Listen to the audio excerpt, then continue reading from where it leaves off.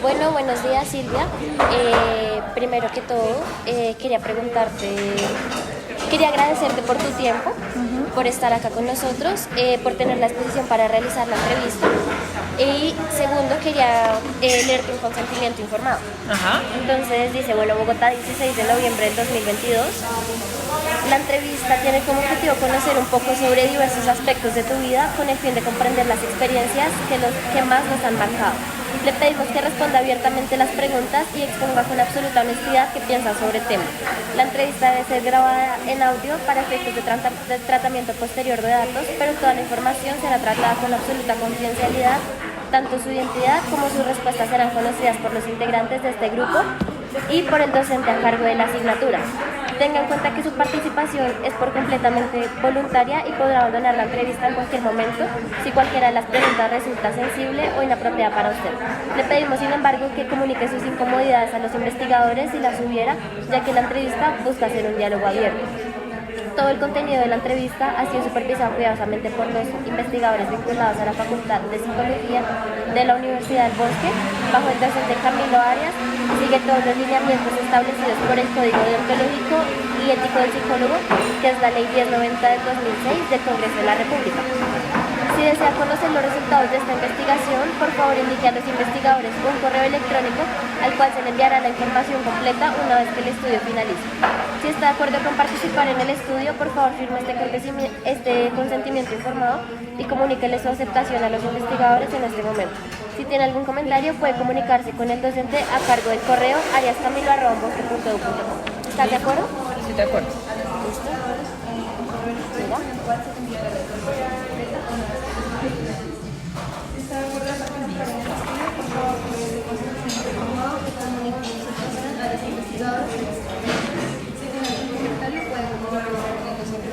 Ah, no te puse mi nombre. No pasa Puse mi nada. firma, ¿está Sí, bien? ahí está perfecto.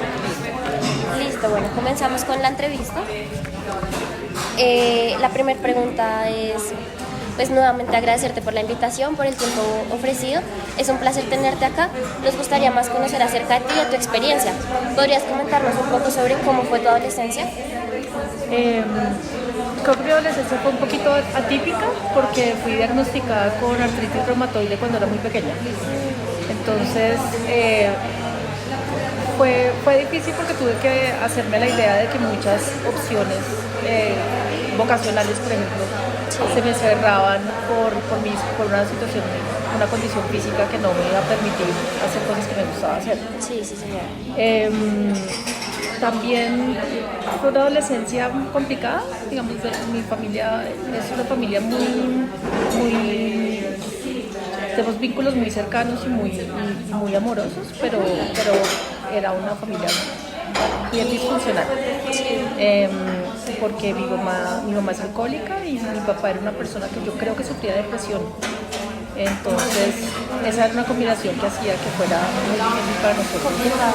Sí, claro. Una situación como que te marcó tu adolescencia. Ok. Pues teniendo en cuenta estas experiencias, ¿cómo crees que pudieron influir en tu crecimiento personal? Además de lo que me cuentas de la profesión, que como que por lo que te diagnosticaron te limitó un poco. Claro, me limitó un poco, pero también me abrió una perspectiva muy amplia sobre lo que implica vivir en un contexto que es discapacitante, digamos. Yo estudié filosofía. Sí, me limitó en el sentido de que yo escogía estudiar filosofía porque era la segunda cosa que más me gustaba hacer en la vida después de cantar. Pero al irme al estudiar filosofía, mis intereses también empezaron a confluir hacia estudios sobre la discapacidad y hacia preocuparme por esos sistemas de exclusión que hacen que las personas que sufrimos de una enfermedad nos cerremos a nosotros mismas posibilidades. Sí. Y entonces ha implicado también un enorme crecimiento porque de no haber tenido esa limitación no habría tenido esas inquietudes académicas y teóricas que tengo ahora y que estoy explorando. Claro, un nuevo campo como para investigar. Exacto. O sea, enfocaste más como las dos cosas. Exacto. pero de una manera muy positiva. Sí, Sí. y además con el tiempo me fui empezando a interesar por formas de hacer más incluyente ese campo que para mí era excluyente, que era la música. Entonces ahora estoy haciendo un pregrado en música. Qué chévere. Sí, sí. Muy chévere eso. Bueno, ya sabiendo un poco acerca de cómo conociste a Juana, de qué manera las experiencias como de tu adolescencia y tu crecimiento personal permitieron como, o sea, cómo repercutieron en la relación con Juana. Ah, listo. O sea, ¿quieres? Listo. Déjame, es que la pregunta me enredó un poquito, entonces te interesa saber también cómo es mi vínculo con Juana, Sí. digamos, cómo se construyó ese vínculo con Juana a partir de mis experiencias personales. Sí, señora. Y, sí. o sea, son como dos, entonces también como tu crecimiento personal, cómo repercute en la relación con las otras personas, vinculándolo hacia cómo conociste a Juana, si tiene de pronto relación. Ok, sí. Pues bueno, con Juana me conocí en la universidad. Juana estaba estudiando estudios culturales y yo estaba terminando mi pregrado en filosofía. Nos conocimos a través de una amiga en común que fue profesora de Juana, porque Juana y yo tenemos una diferencia de edad, pero como yo también, la enfermedad también hizo que yo me demorara un tiempo en graduarme, entonces por eso conocí a Juana, que es un poquito menor que yo. Y claramente nuestra relación está muy atravesada por nuestras inquietudes políticas. Y que son inquietudes políticas que nos atraviesan emocionalmente, ¿no? Como por la experiencia de ser mujer, por la experiencia de ser mujeres que son críticas, y que frente a ciertas situaciones de nuestro contexto pues tenemos posturas que son políticas, no son solamente posturas, no son posturas sin crítica, digamos, no son posturas como de sentir, sí, no sé si me estoy haciendo entender con eso. Sí, Entonces, creo que pues ese tipo de inquietudes políticas y académicas suelen generar un vínculo muy estrecho que por el hecho de ser mujeres también redunda en un vínculo emocional, porque pues, compartimos experiencias dolorosas en cuanto a mujeres. Sí, claro, entendido. Sabemos que hay personas muy importantes que marcan las diferentes etapas de tu vida, como digamos en la adolescencia que fueron tus padres. ¿Podrías contarnos, bueno, esta ya la respondimos, acerca de cómo conociste a Juana, ¿sí? Okay. Y la siguiente es, teniendo en cuenta lo anterior, de todas las experiencias vividas con Juana, ¿cuál crees que ha sido la situación más impactante que han vivido juntas, que han tenido que afrontar juntas? Me toca pensar un poquito en esa respuesta porque Juana y yo somos muy cercanas, pero estuvimos durante un tiempo separadas porque ella se fue a hacer su doctorado y yo me fui a vivir a Nueva York. Entonces realmente es una amistad muy profunda, pero con grandes hiatos, digamos, sí. Con grandes... entonces... ¿Nos podrías dar el nombre de alguna de las personas que Pues creo que, bueno, de pronto creo que han sido varias, pero de pronto la que puedo recordar mejor fue precisamente en la que se creó el vínculo. sí. Porque yo había terminado con mi primer novio de la vida y no tiene que ser una experiencia difícil necesariamente, ¿no? Tiene que ser como una Como experiencia la que me más haya marcado. impactante, la que más te haya marcado que hayas atravesado con Juana.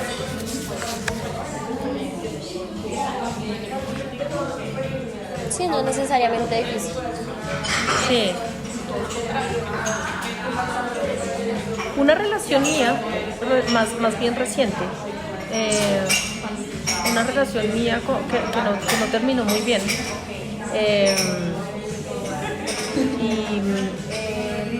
Y en la que Juana fue un apoyo emocional muy importante como para superar sí. Sí, un apoyo. Un apoyo, sí. Creo que ha sido mucho. Bueno, y también la muerte de mi perro el año pasado. Porque además de compartir como muchas, o sea, un gran sentido del humor, Juana tiene un gran sentido del humor, que eso también es importante en la afinidad. Tiene una enorme sensibilidad hacia los animales. y poder compartir ese duelo con alguien que conoce también lo que es perder a un perro es como que fortalece el vínculo. Claro, es alguien que te entendió tu dolor y supo de pronto la manera de apoyarte y lo que necesitabas en el momento. Bueno, hablando nuevamente de las situaciones complejas, pues sabemos que Juana ha pasado por diferentes situaciones específicas que han sido difíciles debido a su posición política, ¿sí? Tú me cuentas que también tienes como el mismo ideal político que Juana y que eres una persona cercana a ella. Al ser una persona cercana a ella, ¿cómo crees que fue la experiencia de Juana al pasar por estas situaciones? Yo creo que Juana es muy valiente. Digamos, si bien yo también tengo intereses políticos, yo misma he preferido no ocupar ciertos espacios por miedo al tipo de agresividad que Juana ha tenido que recibir. Me parece que cuando uno es mujer y además uno busca ser consecuente con, uno busca ser consecuente con lo que piensa y con sus ideas, se gana enemigos fácilmente. Y siento que Juana ha dado una pelea que hay que dar y que es duro de dar. Ocupar esos espacios y además sentarse fuerte frente a personas, gente con la que uno comparte visiones políticas, pero no comparte otras cosas, otros vicios machistas. Porque los problemas con los que se encontró Juana son estos, ¿no? Como vicios machistas que están muy normalizados y muy naturalizados en una postura política que se dice incluyente, que se dice preocupada por los problemas de las mujeres. Sí. Entonces, mi postura frente a eso es, creo que es, tú me preguntaste específicamente por... ¿Cuál crees que fue la experiencia de Juana? Creo que de ellos debe ser una experiencia muy dolorosa. Creo que es una experiencia que logra ser traumática, en el sentido de producir, bueno, digamos, de ponerlo en un estado de alerta que puede hacer que ella no quiera en el futuro asumir el tipo de posturas que ha asumido, que podrían llegar a enfermarla. Y además, pues la sensación de injusticia es vivir con una sensación de que uno se está siendo tratado injustamente, y además que se le juzgue a uno por hacer el reclamo de que se reconozcan digamos, no diría las prerrogativas, pero sí el reclamo que uno está haciendo, es una experiencia muy propia de lo femenino. O sea, ser revictimizado en el momento en el que uno hace reclamos o en el que uno toma una postura, o ser silenciado, o ser menospreciado, o ser tergiversado. La tergiversación es una forma de injusticia epistémica súper común y súper cotidiana para nosotros las mujeres. Claro, y más, digamos, al tener un punto de vista político que la gente no comparte, que cree que como por eso puede irrespetar a las demás personas, ¿sí? Sobre todo porque además también, claro, ese es un contexto. Yo, por ejemplo, no uso Twitter, tengo una cuenta de Twitter simplemente para poder acceder a cómo poder leer qué se está opinando sobre algunos temas para hablar, para mirar solamente el caso de gente cuya opinión en particular me interesa sobre ciertos temas. Y es una forma como de tener acceso a esa inmediatez de la opinión, pero por otro lado Twitter me parece que es un espacio muy agresivo, y es un espacio del que yo misma con un proyecto que tengo de difusión de ideas políticas, yo me he excluido de ese espacio, precisamente porque no quiero recibir ese tipo prefiero quedarme en Instagram, digamos que es un lugar en el que me siento más segura, en el que me siento mucho más acogida y más rodeada de gente que comparte mi visión, pero al mismo tiempo me cierra la posibilidad de llegar a un público más amplio. Sí.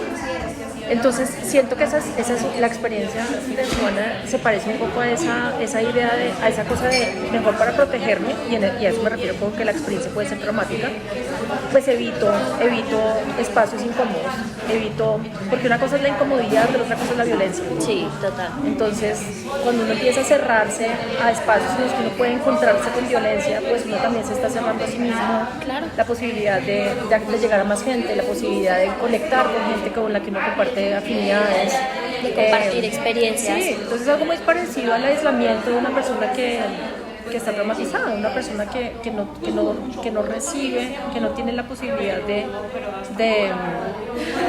recibir una conexión emocional en la que se respalde en la que se legitimen sus emociones y su experiencia. Sí, claro, es complicado. Entendemos pues que al afrontar estas situaciones difíciles es difícil para ella, pero también es difícil para el círculo, o sea, también ha sido difícil para ti por lo mismo que me comentas. Pero ¿cómo crees que se sintió el proceso durante, o sea, en la etapa en la que ya se empezó a superar la situación?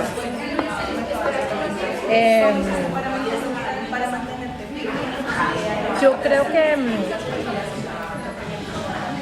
cuando uno pasa por esos procesos, y estoy pensando por ejemplo en lo que mencionaba de la muerte de mi perro, cuando uno empieza a superar esas situaciones, uno siente que ha crecido, uno siente que también ha tenido tiempo de depurar y de revisar la situación y encontrar también esos aspectos en los que uno pudo haber actuado, no necesariamente, no incorrectamente, pero en la que uno pudo haber tenido más precaución. Okay. Pues no necesariamente, pero porque uno no debería tener precaución de decir su opinión. Sí, eso es una. Pero lo que me refiero a esas situaciones en las que uno ha superado algo difícil y uno siente que uno ha crecido y uno tiene un poquito más de madurez con respecto a cómo enfrentó la situación en ese momento, ¿sí? Y sobre todo uno después de pasar por esas situaciones creo que uno se da cuenta de lo afortunado que es de tener los vínculos que tiene y de tener la red de apoyo con la que uno cuenta. Sí. Esa red de apoyo se ve en el proceso. Cuando uno está en ese momento, uno se da cuenta de que la red de apoyo es mucho más chiquita de lo que uno creía, pero al mismo tiempo esa red de apoyo se vuelve claramente la red de apoyo que uno sabe que es con la que cuenta. Entonces es muy esclarecedor. Es un proceso doloroso, es un proceso que genera mucha decepción, pero al mismo tiempo es un proceso que hace que los vínculos que ya existen se fortalezcan y se hacen y se vuelvan más certeros. Sí, claro. Cuando pasas por situaciones en las que es necesario buscar soluciones y alternativas para superar ese problema, ¿cómo crees que se manejó esa situación en la que venimos hablando sobre Juana, sobre digamos, toda esta situación incómoda que tuvo que pasar? Pues yo creo que el ámbito en que se mueve Juana es un ámbito muy complicado porque todo el mundo está jalando para su lado. Es un ámbito en el que las solidaridades y las lealtades se trastocan todo el tiempo y en las que digamos, además de estar buscando, digamos, yo sí creo que en la izquierda hay un poco más que en la derecha. Hay como un consenso sobre que hay unos fines que están vinculados a una noción de lo que es correcto y de lo que es justo. Eso no cambia el hecho de que la política es un ámbito muy violento, muy corrupto, muy individualista y además muy masculinizado. Muy masculinizado en el sentido de premiar esa ambición, de premiar ese tipo de comportamientos y de castigar formas de relacionamiento que yo creo que podrían ser más femeninas solamente viendo la priorización que se dan a los temas de las mujeres después de que la izquierda ha llegado al poder. ¿Sí? Entonces es un medio que es muy masculino, es muy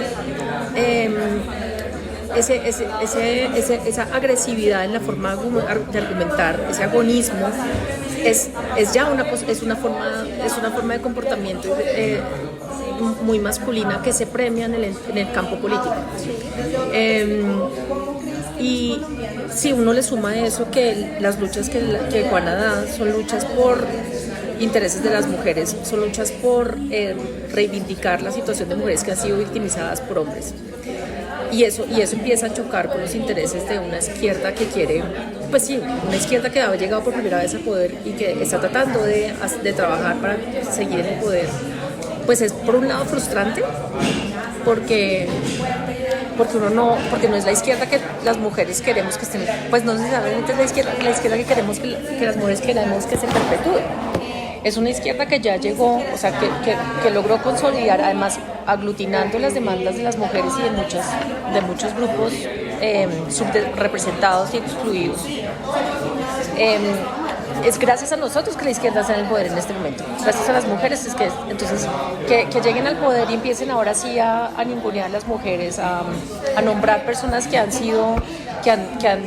desconocido la situación de víctimas de situaciones de acoso sexual, que se desconozca además el trabajo de mujeres que llevan en la izquierda mucho tiempo para darle lugar a propagandistas de la izquierda, de una izquierda más masculina. Genera mucha frustración, genera además muchos cuestionamientos para uno mismo como votante de la izquierda y como personas que comulgan con la visión política de la izquierda. Me perdí un poquito, sé que me fui por las nubes.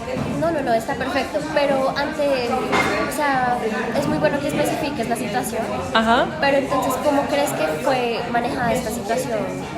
Entonces a lo que iba es que entre los círculos, entre el círculo político donde Juana habría esperado tener algún tipo de apoyo, ella se encontró con una izquierda que prefiere proteger a la izquierda con sus vicios machistas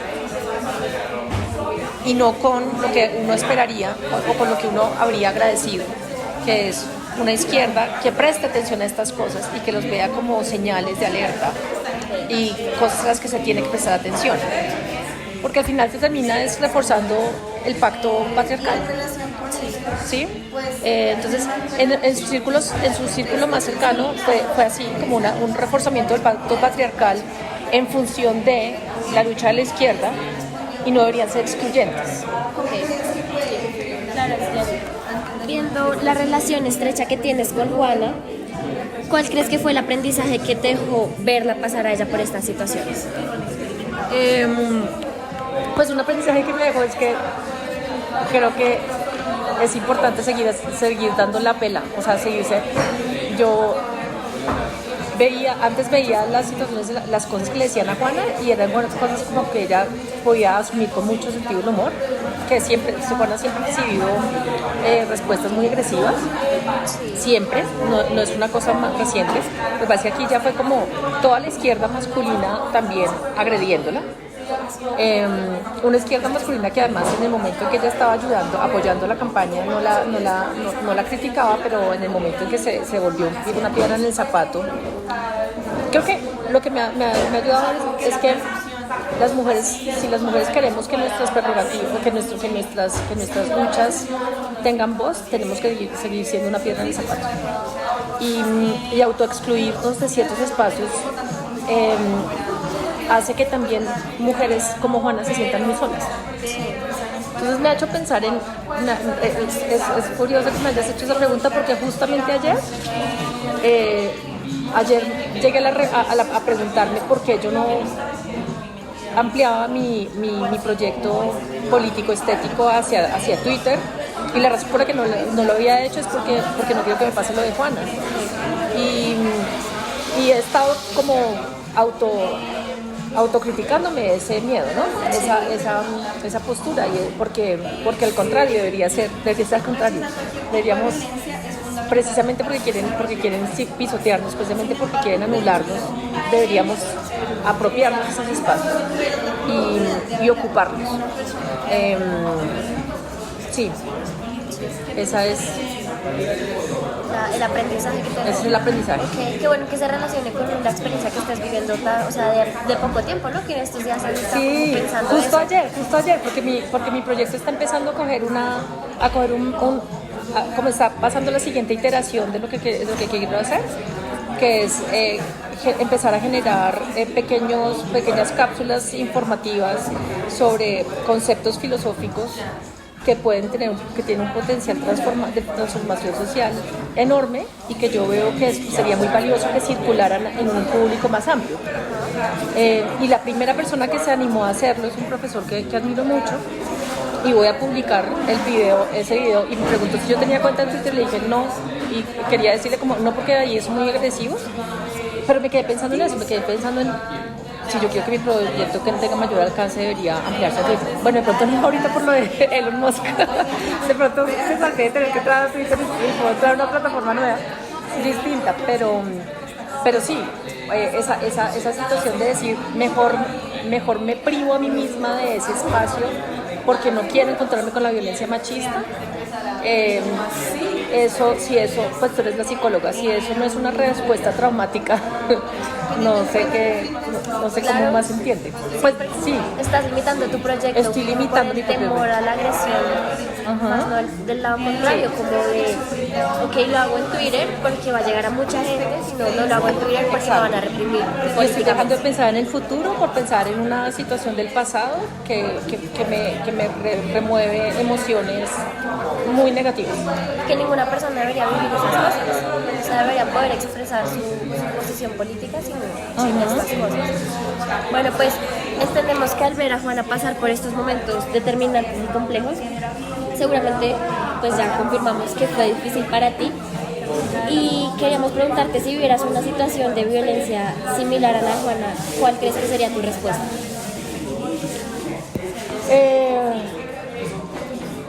Creo que una cosa es que uno siempre necesita mucho contexto para tomar posición. Una de las cosas que me parece complicada de Twitter es que muchas veces el contexto se pierde porque hay muy poco espacio para poner contexto. Eso por un lado, ¿sí? Pero por otro lado, vivimos nuestro sistema legal protege a los victimarios. No solamente nuestro sistema, no solamente las leyes, sino las formas de interpretar la situación victimizante. Esa es una noción que se llama injusticia hermenéutica. Entonces, en el caso de Colombia, por ejemplo, que es un país tan machista, siempre va a haber circunstancias atenuantes. Siempre estamos muy acostumbrados a sospechar de la denuncia que hace una mujer porque ha circulado la idea de que a las mujeres les gusta dañar la reputación de los hombres. Y ese prejuicio surge también de una sensibilidad que está muy poco conectada con lo que implica para una mujer el solo hecho de denunciar. Y en la medida en que no hay unas denuncias explícitas, legalmente uno está atado para enriquecer el contexto. Y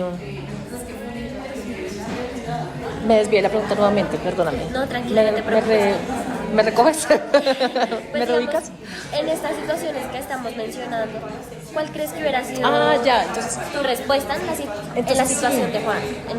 En la situación de Juana, yo creo que yo me habría abstraído, me habría salido de la situación mucho antes. Sí, yo no habría aguantado tanto. No habría aguantado tanto tiempo. Es más, yo creo que yo me salí de Twitter es porque además cuando ponía mis posturas políticas, creo que es un medio además que es muy agresivo, que por el poco espacio que da para escribir deja mucho espacio para sí, para la agresividad, para el malentendido. Siento que es un medio de comunicación plagado de dificultades pero sí, yo me autoexcluí de Twitter hace mucho tiempo. Yo en Twitter pongo solamente cosas por las que sé que no me van a atacar. Y a veces pongo cosas y resulto atacada por cosas como... Es más, he sido atacada por cosas que comparto de Juana. En algún momento hice un meme para la campaña de Juana, desde mi cuenta personal, y alguien me respondió una cosa súper agresiva y dije, no, esta es la razón por la que yo no estoy en Twitter. Pero pues como no lo sentía como algo tan personal, dije, no me importa. Sí. Es una persona cualquiera en algún rincón del universo que no tiene mucho más que hacer que estar buscándole pelea a Juana. Sí, señora.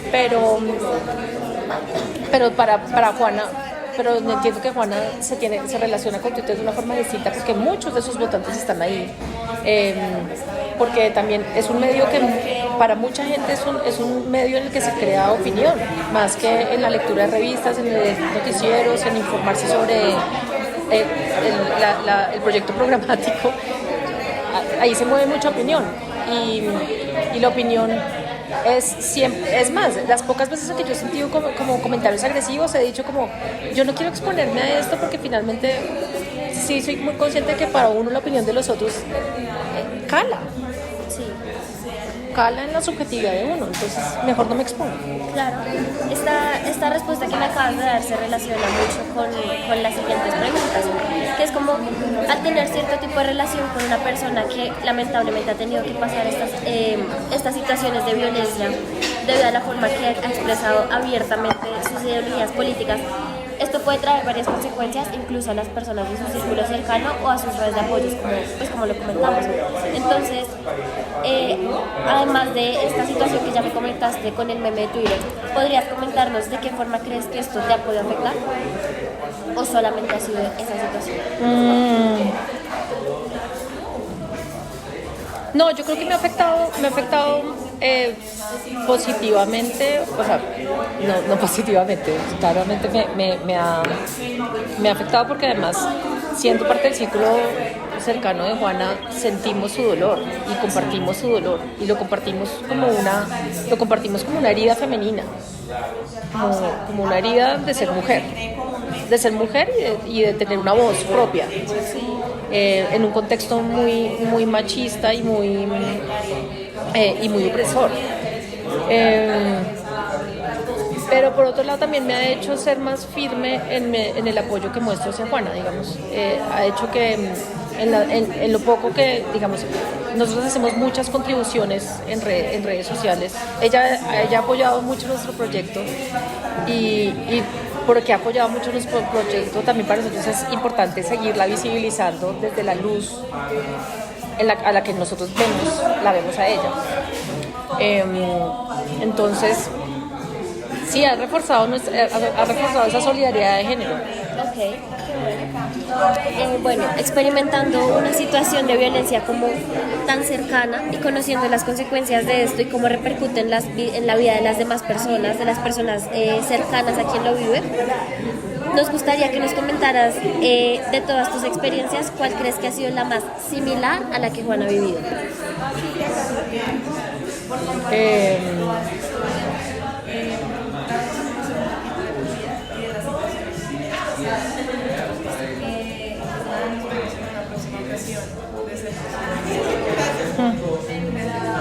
Es difícil, no puedo imaginarme, porque por lo mismo que yo te decía, yo misma he evitado encontrarme en situaciones así y me he autosilenciado. O sea, he renunciado a la expresión de mis propias opiniones para no encontrarme en una situación parecida.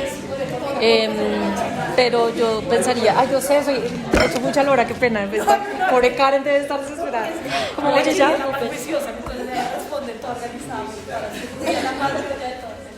¿Cuántas páginas te quedan? Prometo ser más. La mitad. No te preocupes por el tiempo. Pero ¿ustedes ya terminaron? No, qué pecado. No, bueno, voy a hacer más breve. Entonces, es que además se me olvida la pregunta siempre. Tranquila, hasta dice que ¿Cuál crees que ha sido la situación Ok. propia que Yo es creo más que similar a la de Juan? no puedo pensar en una situación como así en lo público, en el espacio público. Bueno, sabes que sí, creo que puedo pensar en una situación.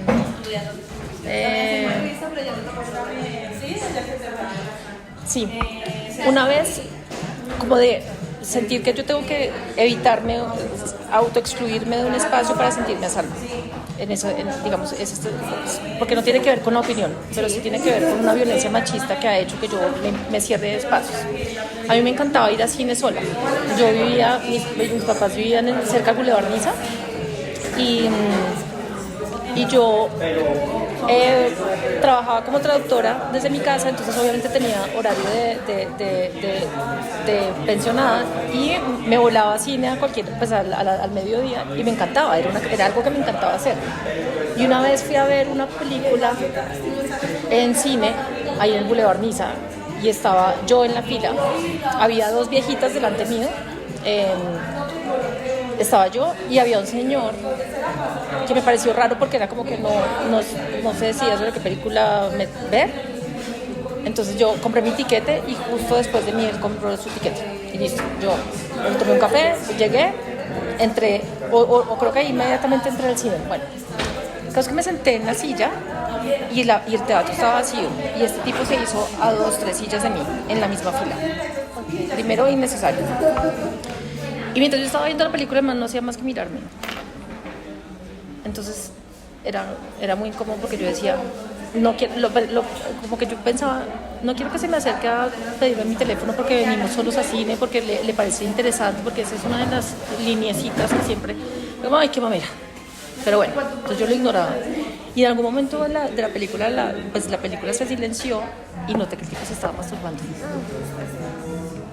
Y salí, me tocó pararme y pasar enfrente de él, porque además estaba bloqueando mi paso. Me tocó pararme y pasar enfrente de él, salir corriendo, pues asqueada, pero además como sintiéndome muy violentada. Salí del cine, no fui capaz de denunciar a nadie porque además yo tenía que caminar sola hasta mi casa. Desde ahí, que es una caminata en la que siempre me he sentido segura, pero yo pensé primero en, si yo denuncio a este tipo, si pasa algo, este tipo se va a ir detrás de mí. Y en medio de ese miedo ni siquiera les dije a la gente del cine, oigan, este tipo hizo esto. Ni siquiera lo pensé, ¿sabes? Ni lo pensé.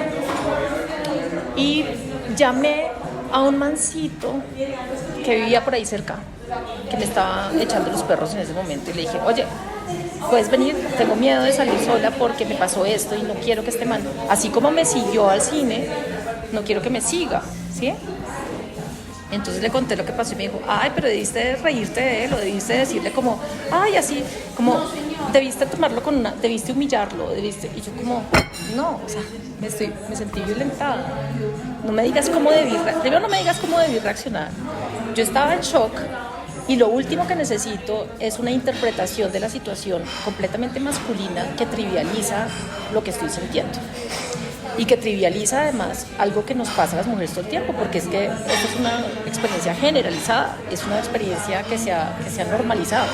Entonces esa mezcla de rabia y de sensación de incomprensión, creo que es lo que más me parece. Ok, es una situación bastante fuerte. Teniendo en cuenta pues todo lo que hemos hablado durante la entrevista. ¿Y sabes por qué? Además, perdón, porque Tranquila, además yo dejé de ir a cine sola, por eso. Dejé, pues, digamos, dejé de ir a ese cine en particular, que era un cine que me resultaba accesible, ¿sabes? Podría seguir yendo a cines más caros, a otro tipo, sí, pero yo no... Entonces la solución es autoexcluirme del espacio. Claro, es una situación. Y las cosas no deberían ser así. No, como lo mismo del Twitter. Lo mismo que Twitter. Dejas de hacer las cosas pues por ese tipo de opresión. Bueno, teniendo en cuenta esto mismo, esta relación y el hecho de que en Colombia las situaciones como de ser atacado por su postura política, que se repiten constantemente, pues lastimosamente tú has tenido que verlas de cerca.